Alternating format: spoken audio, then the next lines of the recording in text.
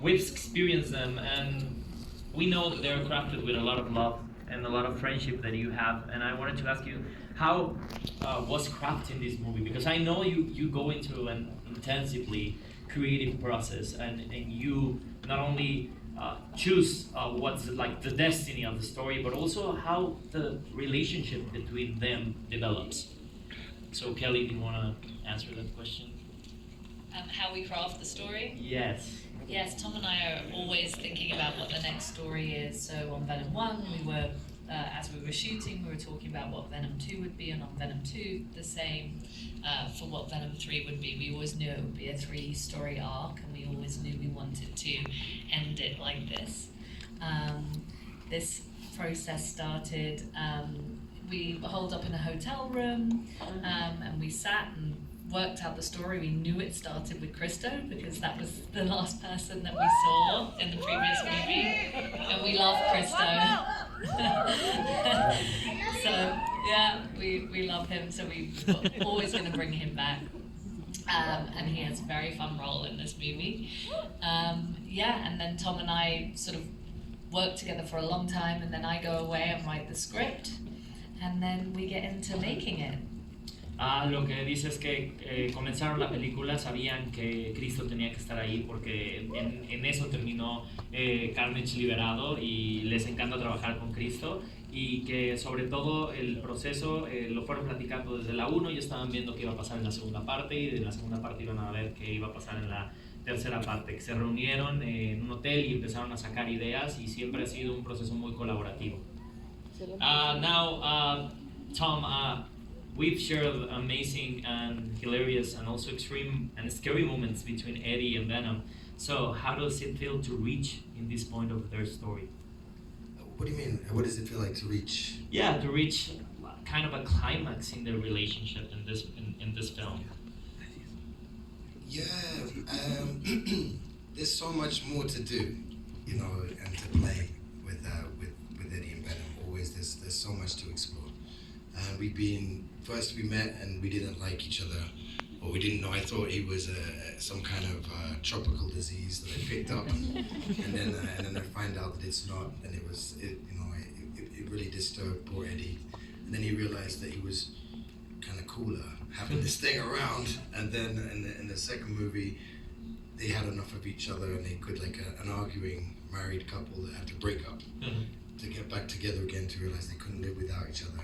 And in this movie now, we consolidated a team, you know, and they have full symbiosis, and they have to face the world and what that throws at them. And it gets much more complex for them. So it's been a joy playing it and playing with Venom. Yeah. You know, as Venom. Dice que ha sido un placer jugar con Venom, que claro que en esta película se explora esa simbiosis, pero que pues, desde la segunda película había todo este tema de esta relación como de pareja que ya lleva muchos años, ¿no? Y está pasando desde el rompimiento y todo, y desde la primera parte en donde para él y para Eddie era como obtener una enfermedad tropical el hecho de tener a Venom, y que pues ha sido una emoción y un gran viaje para él interpretarlo. Cristo, te quería preguntar, nos encanta y nos llena de honor, lo decía ya, el orgullo de Jalisco y nuestro orgullo nacional también, y saberte ahora entrando en este universo de los superhéroes, y veo que es una película que está cargada de efectos especiales. Para ti, ¿qué ha sido entrar cada vez más en mundos más complejos que requieren mucho trabajo y mucha imaginación en la interpretación? No, pues es un sueño. Muchísimas gracias a todos los que vinieron hoy. Primero que nada, muy agradecido, very grateful with Kelly and Tom por la oportunidad, y para mí es un sueño. Ahora sí que el niño chiquito, ¿no? Siempre vimos a los superhéroes, y poder ser parte de esos universos para mí me llena de mucho orgullo y felicidad. Y como dices, de Guadalajara, de México, y ojalá que haya más mexicanos y más latinos en esos universos, pero yo bien feliz, o sea, ahorita estaba como niñito ahí chiquito y encantado viendo la película, y quiero saber más. Todos queremos saber más, y estamos muy emocionados de ver el último baile. y es por eso que queremos ahora también abrir y escucharlos en lo que llega algún micrófono con ustedes.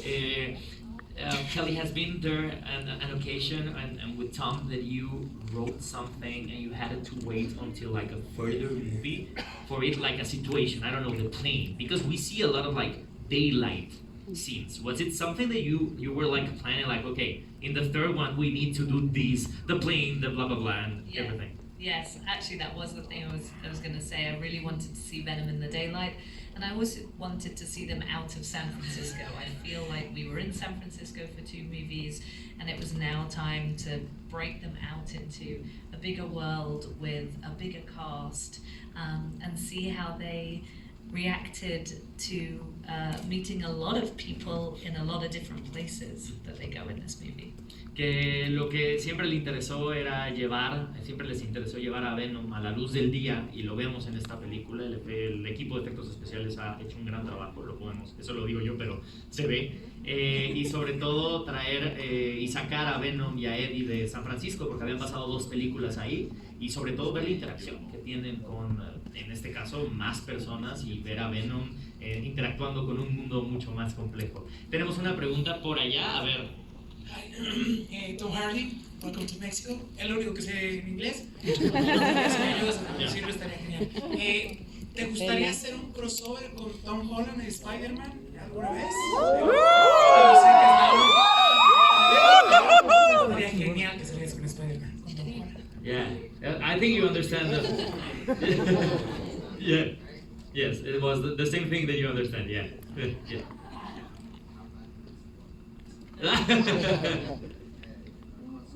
Yeah. Will we ever meet Spider-Man? Yes.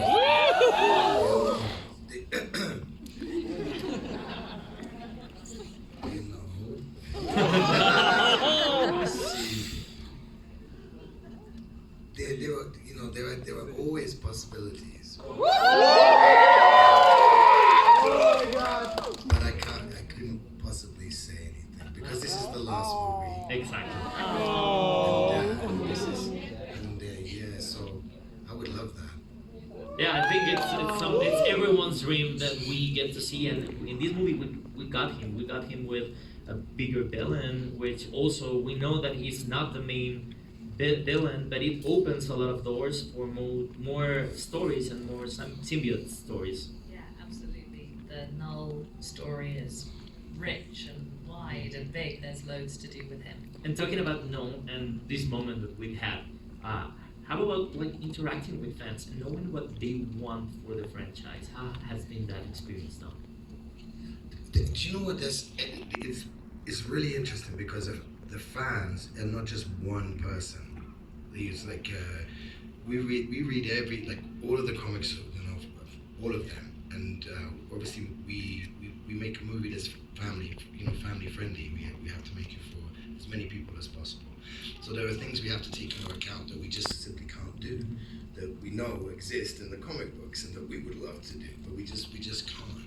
But then we took what we thought was truthful and honest and with respect to the comics and the lore and the fans, and we tried to imbue that with a sense of love and care and kindness and thought about the characters that we also love too, in a way that and also with not having Spider-Man with us as well. We would, initially we were told they wanted to create Venom on his own, and so that was a wonderful puzzle to play with, to deliver Venom to the fans, but with no Spider-Man.